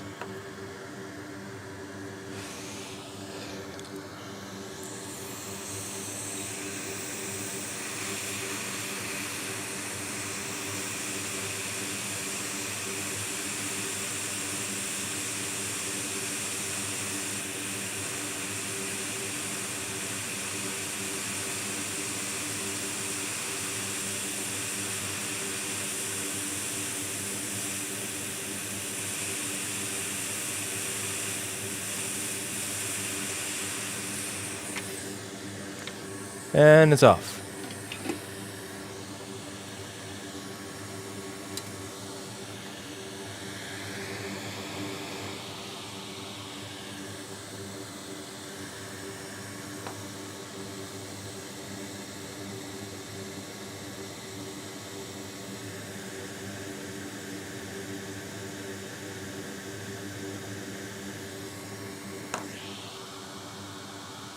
Ooh, I'm getting a call. My food is here. Hello? Be right there. Thank you. 1 second. Ooh, my food is here. My food is here. My food is here. My food is here. My food is here. 1 moment. Be right back. I'm hungry. Fuck this board. Food first. Board later.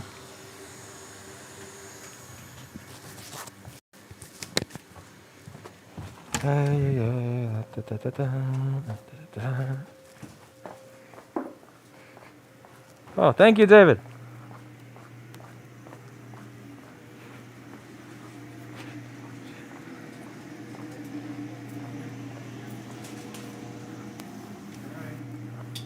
Food? Yes. Yes. Thank you, David. God bless you. David, you know where a DisplayPort Mux chip is? I need a DisplayPort Mux.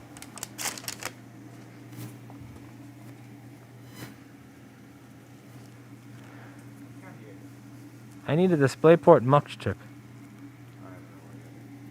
The one thing that's not in the damn store yet.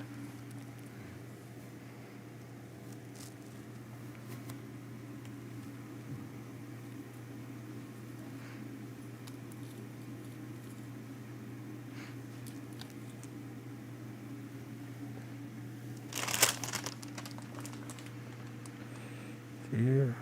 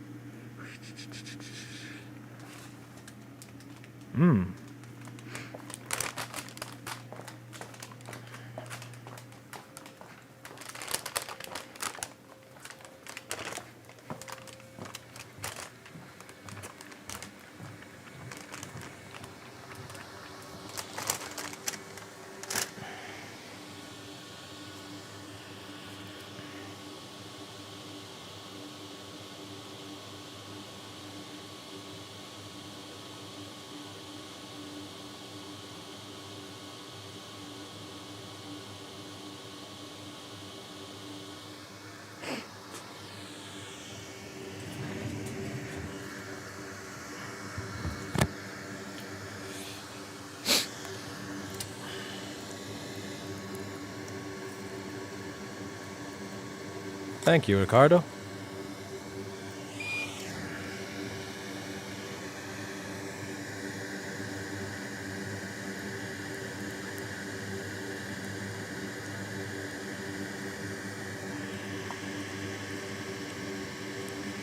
That would be funny, Lord Haven.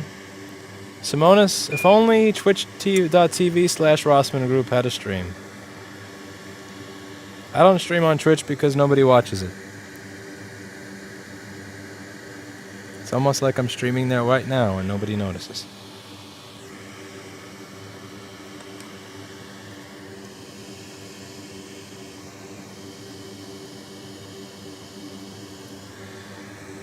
Alright.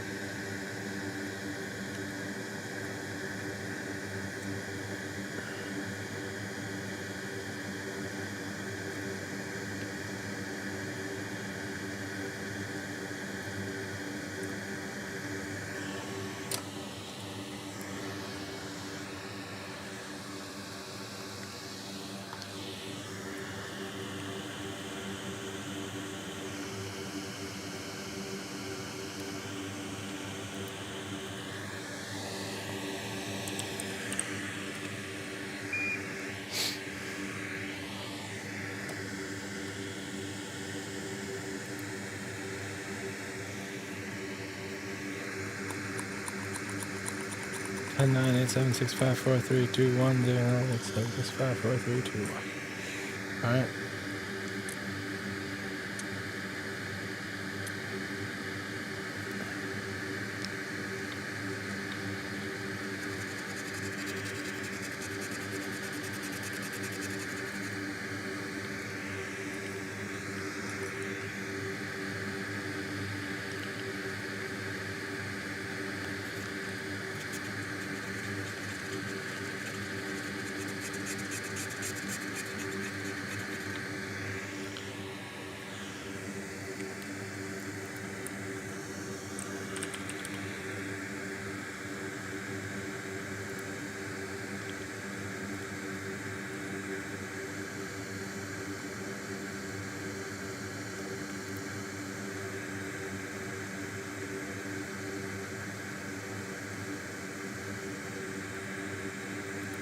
I don't have the chip on the store site, so I have to find it, but I don't know where it is in the store.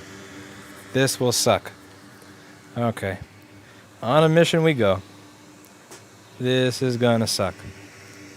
So I gotta find...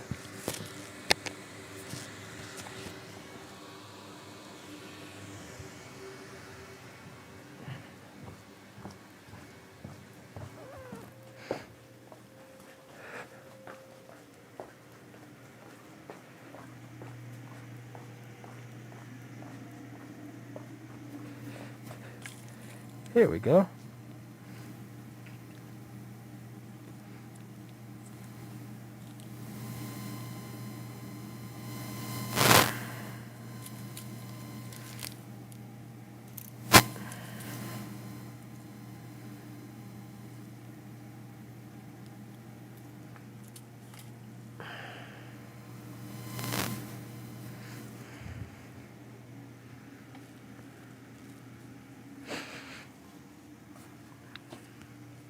Smell that? That's a mux.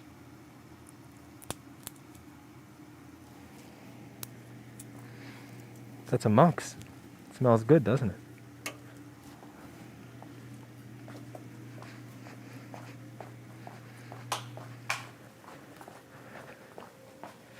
I'm gonna have to add these to store.rossmangroup.com. I'm gonna have to add this chip to store.rossmangroup.com if this fixes the board, so that everybody else will be able to purchase a mux.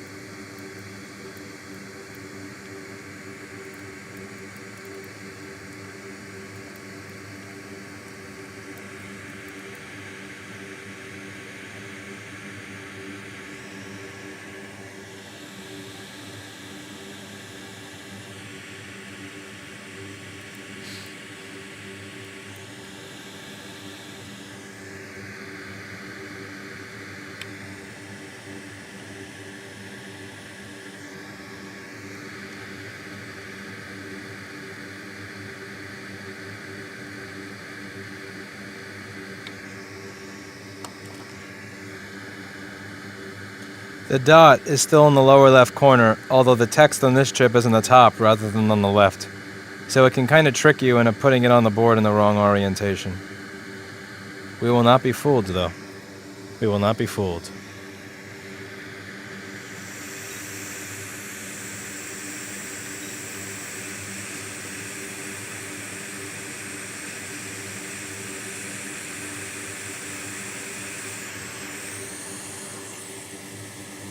That was stupid. Have not soldered a BGA in a while.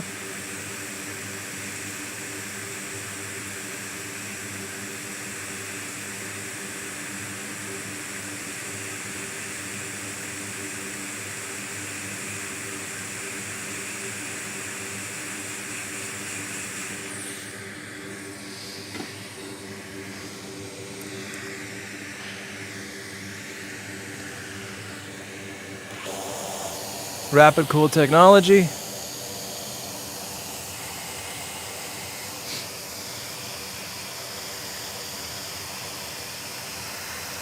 Thank you, Tracy. I don't deserve all of this. I'm gonna start taking off my clothes if you keep doing that. You know what? Here, fuck it. You're gonna keep... Every time you donate $1, I will take off a piece of clothing. How about it? You earned it. I think that's the point here. I've never had somebody give me this many singles before. I'm gonna guess that's what we're going for here. All right? So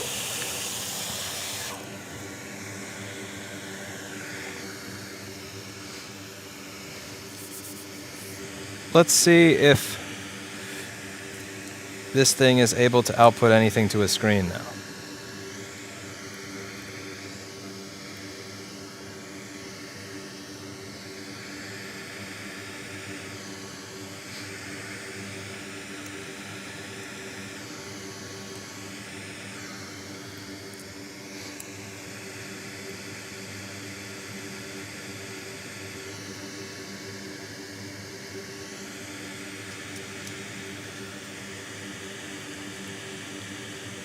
Also, remember to send your tracking number to repairhelp@rossmangroup.com so Dan can take a look at it tomorrow. Get your package located and fix your MacBook.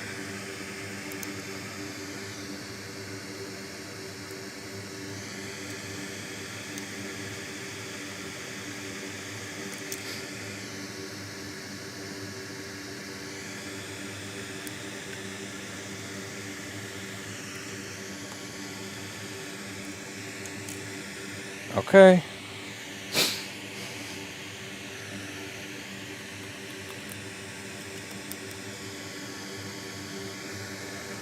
We're not going to lose the rubber pieces. Throw away this little thing over here. Turn off this loud ass fume extractor.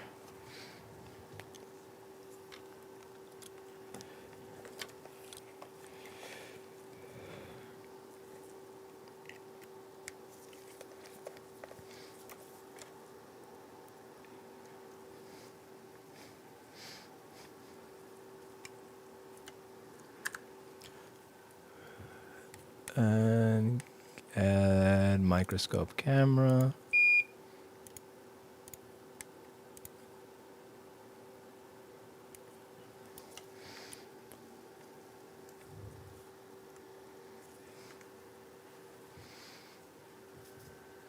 Okay, it's turning on. We are taking 1.2 amps now.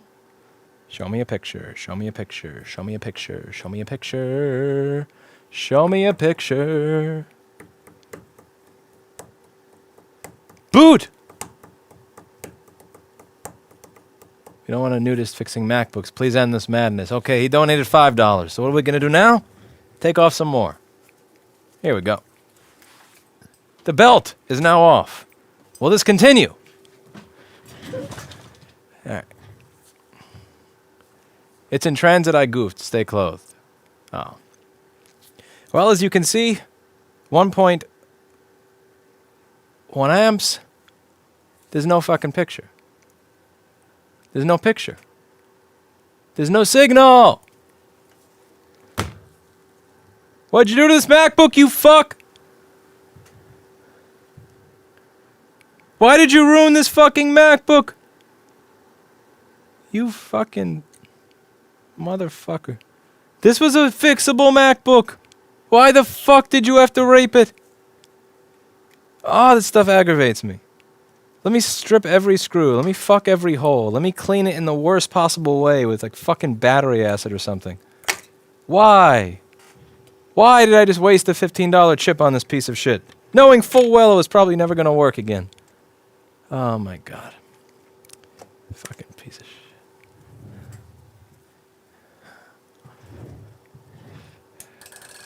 Alright. Let's go over this piece of shit. What the fuck did they do? What the fuck did this jackass do? There's corrosion on everything. Like there's a little bit of... Look at that. Look, like there. Remember what I went over in the last video? Look. A little bit of it is over there. Tell me you didn't reheat this chip. If you reheated this chip, I'm just going to find out. Oh my god. I can't disappoint your OnlyFans. Shit, I'm out of stuff to take off. I'm out of stuff to take off. This MacBook had no chance. Yeah, pretty much. There's little bits of shit and corrosion everywhere, so it's like just little bits of that sprinkled all across the board. You know what I'm hoping and praying for? I'm hoping that a real ultrasonic cleaning will actually give us a chance. That a real ultrasonic cleaning will give this a chance at success in life again. Like, I don't know. What's all this stuff down here for? Let's see. Does that have anything to do with booting or video? All of that stuff is... What is this chip? Okay, you are for...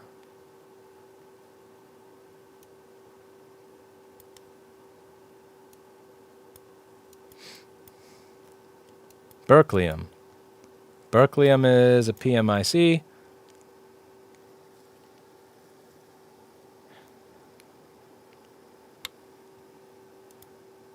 What's this? MIPID data.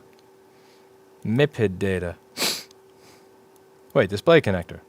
MIPID data. DFR display connector. What's J4401? No, never mind. That's J4. This is not a display connector. I don't know what the fuck that is, but that's not a display connector. This is not a display connector.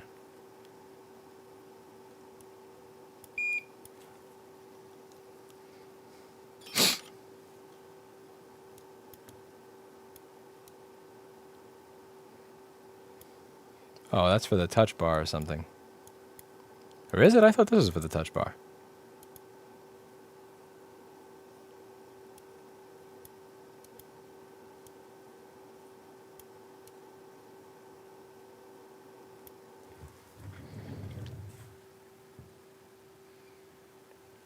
Oh, yeah, that is. Okay, one is for touch bar image. Okay, so that corroded shit over there is for the touch bar. So with corroded touch bar shit, that could mess with the T1, which would then mess with the ability to boot. And then we have this over here that's got some weird blue shit all over it. What are you? PP5 ES4 for USB-C. Okay, that's for USB-C power, which I don't care about right now. What about this thing under it? This is... Next thing that's corroded is an SPI ROM chip for the camera. And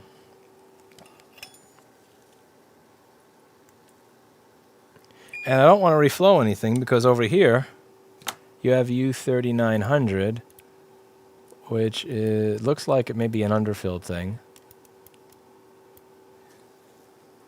I don't know if this is underfilled. Let's see.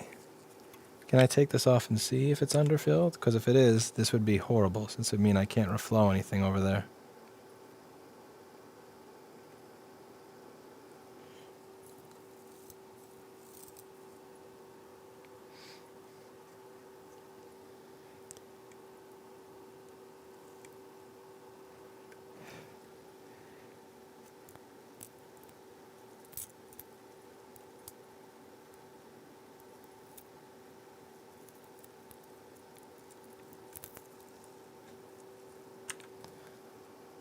That is underfilled.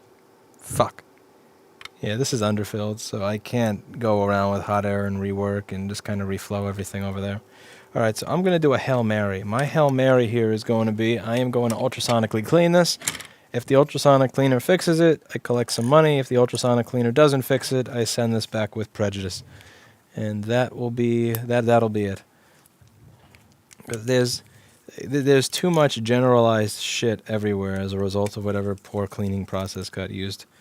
And a brain-dead machine that is going to be really, really difficult to troubleshoot or pinpoint. It could be literally anything, and since literally everything on the board has a little layer of shit around it, this is not something that's going to be economically viable to figure out unless we have a hint, and there's no such thing as a hint because everything is corroded.